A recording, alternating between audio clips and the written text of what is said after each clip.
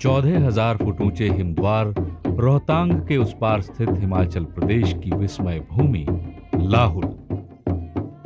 देवभूमि, लाह देवता, युल प्रदेश, लाहुल गगनचुंबी हिम शिखरों और सरिताओं से सीधी ऊपर को उठती हुई हजारों फीट ऊंची काली नग्न चट्टानें हैं और दूसरी तरफ कल-कल बहती हुई सरिताएं और उनके तटों पर बसे हुए सुंदर मानव आवास और ग्रीष्म की रंग बिरंगी हरियाली।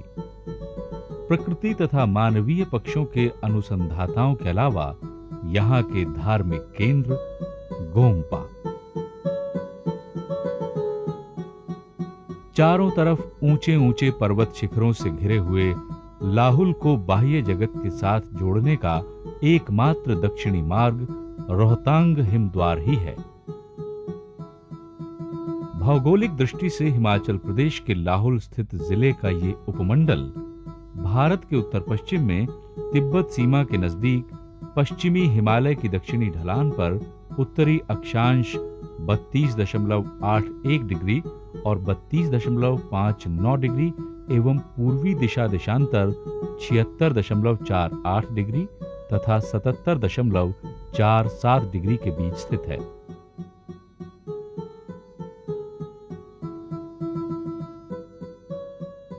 लाहुल का क्षेत्रफल 1943.2 वर्ग किलोमीटर के लगभग है, जो कि अधिकतर 18,000 फीट से भी ऊंचा पर्वतीय क्षेत्र है।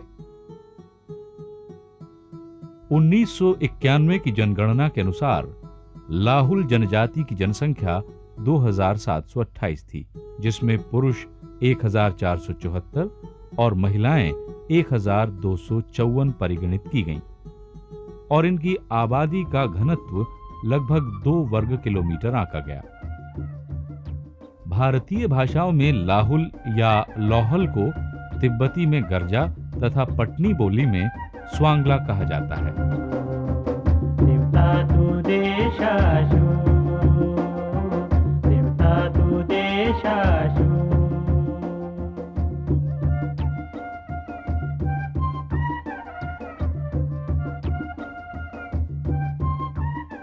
भाषा विज्ञान की दृष्टि से लाहुल शब्द की उत्पत्ति तिब्बती भाषा लाहुल अर्थात देवभूमि के महाप्रणेता के स्थानांतरण से मानी जा सकती है। लाहुल की प्रमुख नदियां हैं चंद्रा और भागा। इन्हीं के तटों पर लाहुल की चारों घाटियां स्थित हैं।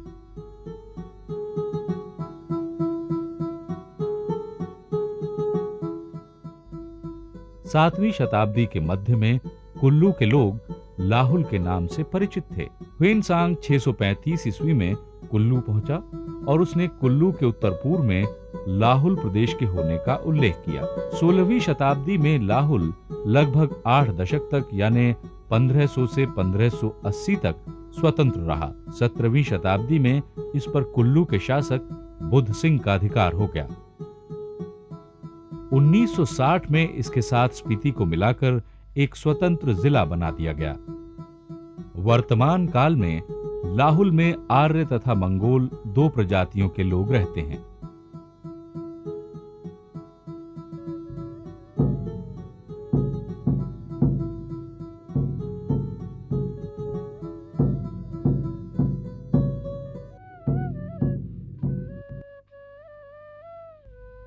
धार्मिक दृष्टि से मंगोल वंश के लोग मुख्यतः बौद्ध धर्म के और आर्य वंश के लोग हिंदू धर्म के अनुयायी हैं, किंतु यहाँ के निवासियों का बहुत बड़ा वर्ग ऐसा भी है जो कि प्रकट रूप से न तो शुद्ध रूप से बौद्ध कहे जा सकते हैं और न ही हिंदू।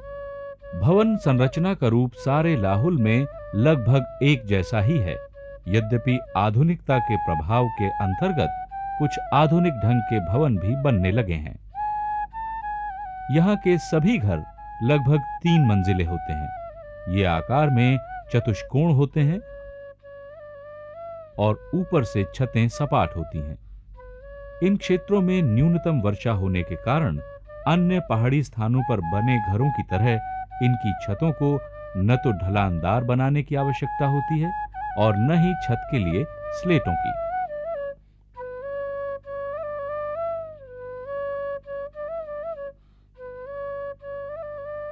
संपूर्ण लाहुल में गोंदला के ठाकुर का ही अकेला ऐसा भवन है जो 8 मंजिला है।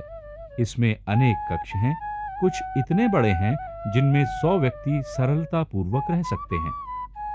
3 मंजिल से कम के मकानों में यहाँ के लोगों का गुजारा नहीं चल सकता।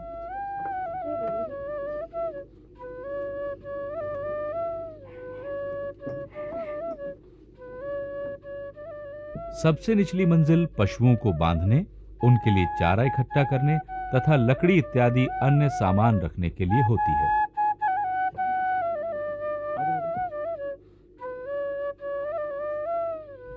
बीच की मंजिल मानव आवास के लिए उपयुक्त होती है।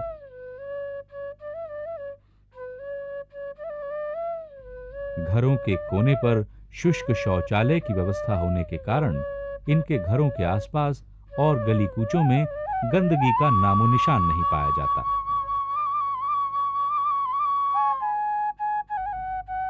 बीच वाली मंजिल में रसोई घर होता है।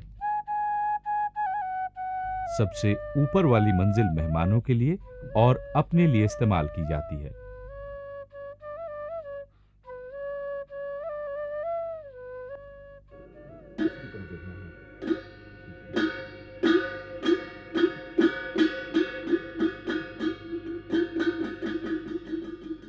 इसी के कमरे में मंदिर भी होता है।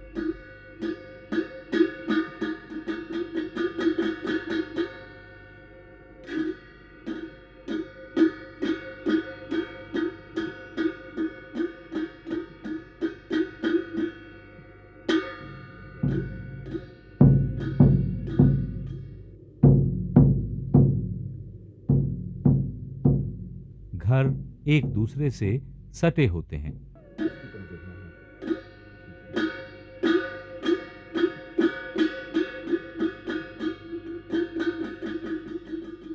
इस प्रदेश में लाहुल जनजाति कुल मिलाकर 7 बोलियों का प्रयोग करती है, जिन्हें गारी, पटनी, किन्नी, रंगलोई, तोन, चीनाली तथा तोहारी कहा जाता है। इनमें से 2 आर्य परिवार की और शेष तिब्बत हिमालय परिवार की भाषाएं हैं। लाहुल जनजाति के चरित्र की एक उल्लेखनीय विशेषता यह है कि जीवन की न्यूनतम सुख सुविधाओं के बीच रहते हुए भी ये लोग बड़े संतोष और आनंद का जीवन व्यतीत करते हैं। विभिन्न प्रकार के जातीय तथा धार्मिक उत्सव लाहुलों के अभावपूर्ण जीवन में आनंद के अच्छे स्रोत हैं। प्रकृति दत्त सीमित साधनों को भी लाहुल जनजाति के लोग ईश्वरीय वरदान समझकर हंसते गाते हुए अपना जीवन यापन करते हैं।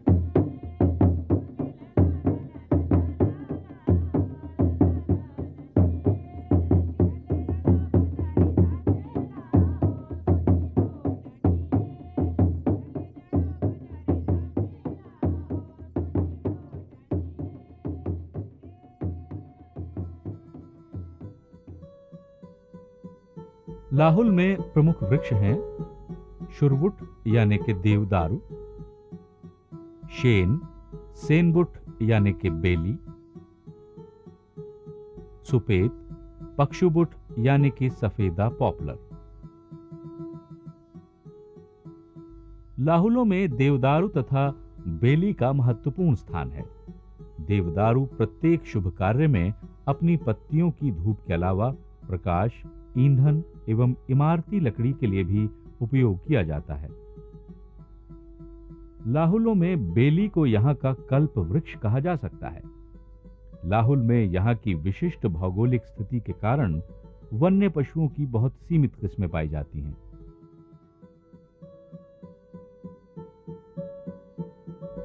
पशुओं में याक यहां की कठोर जलवायु को सहन कर सकता है। गाय और याक के मेल से जो नर पशु पैदा होता है उसे जो या बड़ तथा जो मादा पैदा होती है उसे जोमो या चुरु कहा जाता है। जो से हल जोतने का काम लिया जाता है तथा जोमो यहां पर दूध देने वाला मुख्य पशु है। याक शीत प्रधान प्रदेशों के लिए उतना ही उपयोगी है जितना कि मरु प्रदेशों के लिए ऊंट।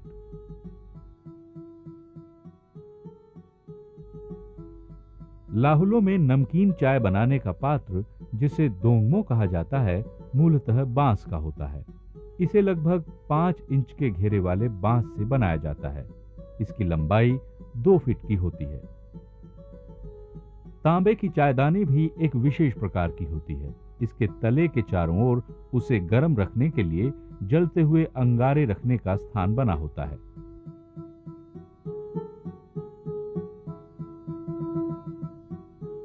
छंग लुगड़ी लाहुलों का सर्व सामान्य मादक पेय है जिसे सभी लोग प्रतिदिन पीते हैं। इसे तैयार करने की सामान्य प्रक्रिया यह है कि जौ अथवा गेहूं के साबुत दानों को उबालकर किसी कपड़े के ऊपर या फर्श को साफ करके सुखा लेते हैं। जब थोड़े सूख जाते हैं तो इनमें खमीर पैदा करने वाला तत्व पीसकर मिला देते हैं और इसे बोरी या कपड़े के अंदर डालकर रख दिया जाता है। 2-3 दिन के बाद इस मसाले को मसल कर निचोड़ लिया जाता है और इसमें उसी मात्रा में पानी मिला दिया जाता है।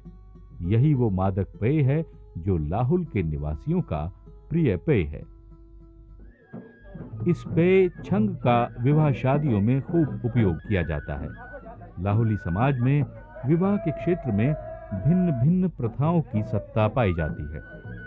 बहुपति प्रथा मुख्यतः बौद्धों में और एक पति प्रथा हिंदुओं में पाई जाती है। ऊपरी लाहुल में विवाह के 2 प्रकार प्रचलित हैं, कुनबई बागस्तौन यानी चौर्य विवाह और तेबागस्तौन या मोड़व्या अर्थात आयोजित या मंगनी विवाह। जब बारात प्रस्थान करती है तो उस समय बारात के साथ जाने वाले सभी लोग वर के घर के तंदूर यानी चूल्हे की परिक्रमा करते हैं और बारात नाचते गाते निकल पड़ती है वधू के घर की ओर। एक ही प्रकार के विवाह की विधियों में भी क्षेत्रीय विभेद पाया जाता है। मोड़े का अर्थ है बड़ा विवाह, अर्थात लड़के और लड़की के माता पिता द्वारा बातचीत के द्वारा आयोजित विवाह। जब बारात वधू के घर पहुंचती है तो सर्वप्रथम एक लामा, भाट या गुर बारात का स्वागत करता है। घर की छत से एक जीवित भेड़ नीचे फेंकी जाती है। इसे वरना कहा जाता है। वधू सज धज कर पिछले कक्ष में बैठी होती है। बारातियों को गेंदे के फूल भेंट करते हैं। इसके बाद छपकियन में भरी हुई मदिरा से वक्र ठिम्पा के द्वारा शगुन किया जाता है। फिर आए हुए वर यात्रियों का छंग और अल्पाहार से स्वागत किया जाता है।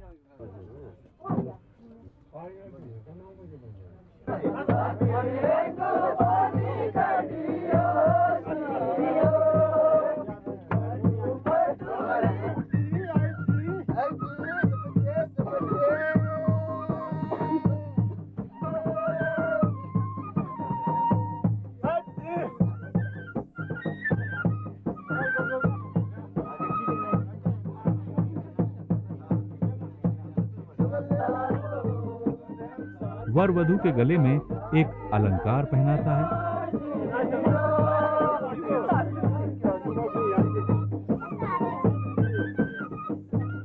और एक चादर ओढ़ाता है।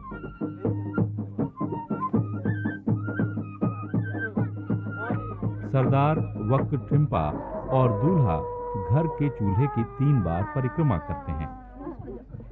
वरयात्री वधु को साथ लेकर सब लोगों से विदाई लेते हुए चल पड़ते हैं। वधु प्रायः पैदल ही उन लोगों के साथ साथ चलती है। मार्ग में पड़ने वाले गांवों में लड़के और लड़की के संबंधी जनथोबियां बिछाकर छंग से स्वागत करते हैं। वर के घर वापस आकर सभी लोग नाचते हैं और आनंद मनाते हैं।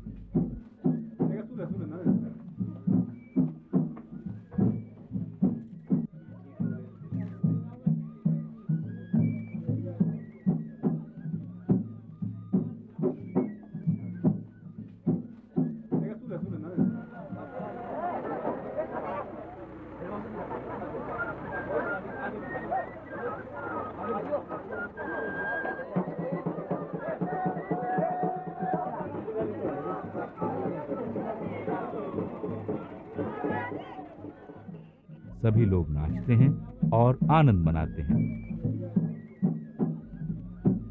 लड़की और लड़की वाले भी सम्मिलित हो जाया करते हैं।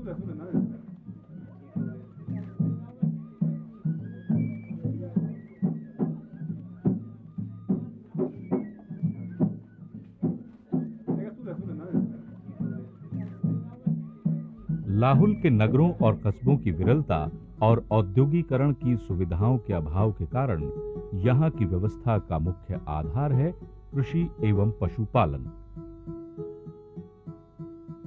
ये कार्य सामान्यतः सभी वर्गों तथा वर्णों के लोग करते हैं।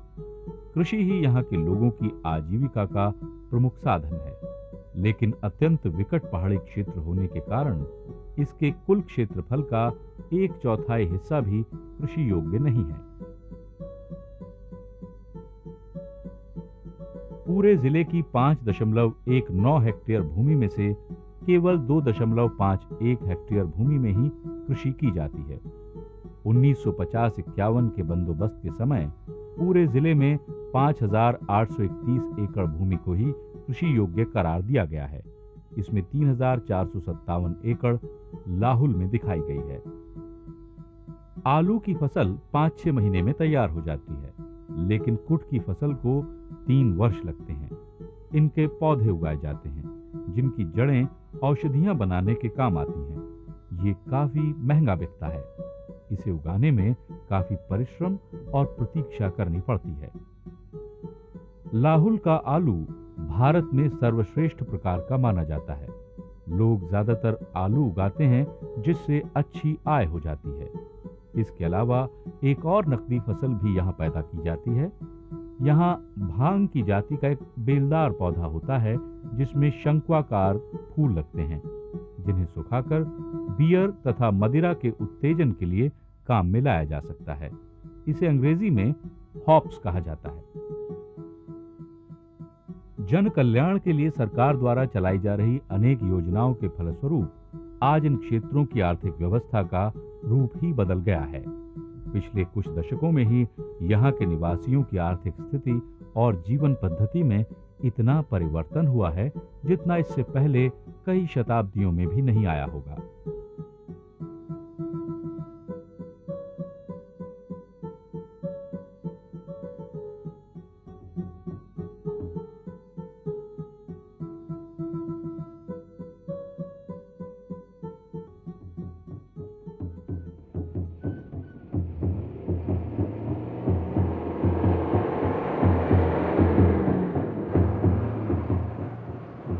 कृषि अनुसंधान की वजह से अब इस क्षेत्र में फल और साग सब्जियां भी पैदा की जाने लगी हैं, जो पहले कभी यहां पैदा नहीं होती थी।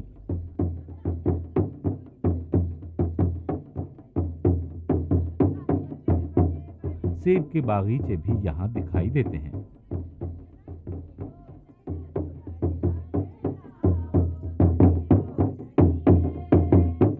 लाहुल में 108 कमरे का ये भव्य महल आज भी पुराने समय की याद दिलाता है।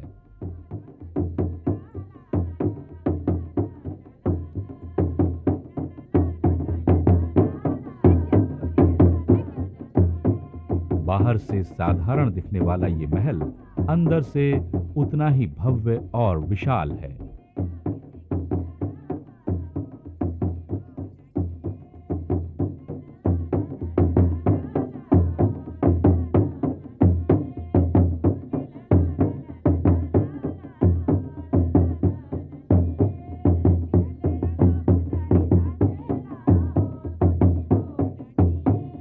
अंदर लगे पुराने चित्र और चित्रकला आज भी उसी तरह हैं जैसे अभी अभी बनाए गए हों।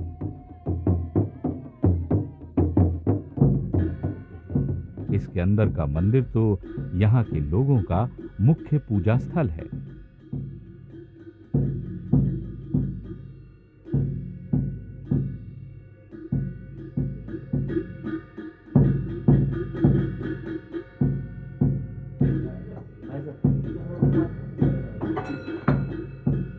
लाहुलों का देश के स्वतंत्रता संग्राम में बहुत योगदान रहा है। रास बिहारी बोस जैसे क्रांतिकारी नेताओं ने यहां रहकर देश की आजादी की लड़ाई को जारी रखा, जिसकी याद यहां का ये स्मारक हमेशा दिलाता रहेगा। आज भी सरहदी इलाका होने की वजह से यहां के वीर सरहद की रक्षा के लिए अपनी जान पर खेलकर देश की रक्षा करते रहे हैं, जिनमें से कुछ को तो सम्मान भी मिला है। पिछले कुछ वर्षों से लाहुल जनजाति के लोगों के जीवन के सभी क्षेत्रों में क्रांतिकारी परिवर्तन आ रहे हैं। जगह जगह स्वास्थ्य केंद्र खोले जा रहे हैं और यहां पर स्कूलों के खुल जाने तथा शिक्षा प्रसार के कारण नई पीढ़ी नए युग में प्रवेश कर रही है। विभिन्न प्रकार के तकनीकी, व्यावसायिक और शिक्षण संस्थानों में स्थानों के आरक्षण के फलस्वरूप यहाँ के शिक्षित युवक ऊंचे ऊंचे सरकारी पदों और अन्य सेवाओं में स्थान पाते जा रहे हैं।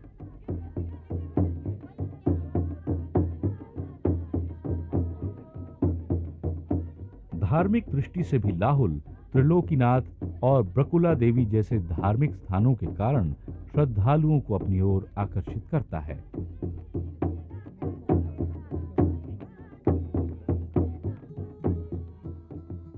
चंद्रा और भागा नामक ये दोनों सरिताएं केंद्रीय लाहुल पर्वतमाला के गले के हार की लड़ियां बनकर तांदी नामक स्थान पर आकर पुनः एक हो जाती हैं। इन दोनों नदियों के मिलन स्थल तांदी को इस क्षेत्र में वही पावनता प्राप्त है जो शेष भारत के लोगों के लिए गंगा यमुना की पावन भूमि प्रयाग को हासिल है। 6 महीने के लिए ये जनजातीय क्षेत्र रोहतांग के हिमद्वार के बंद हो जाने के कारण यातायात की दृष्टि से कट जाता है।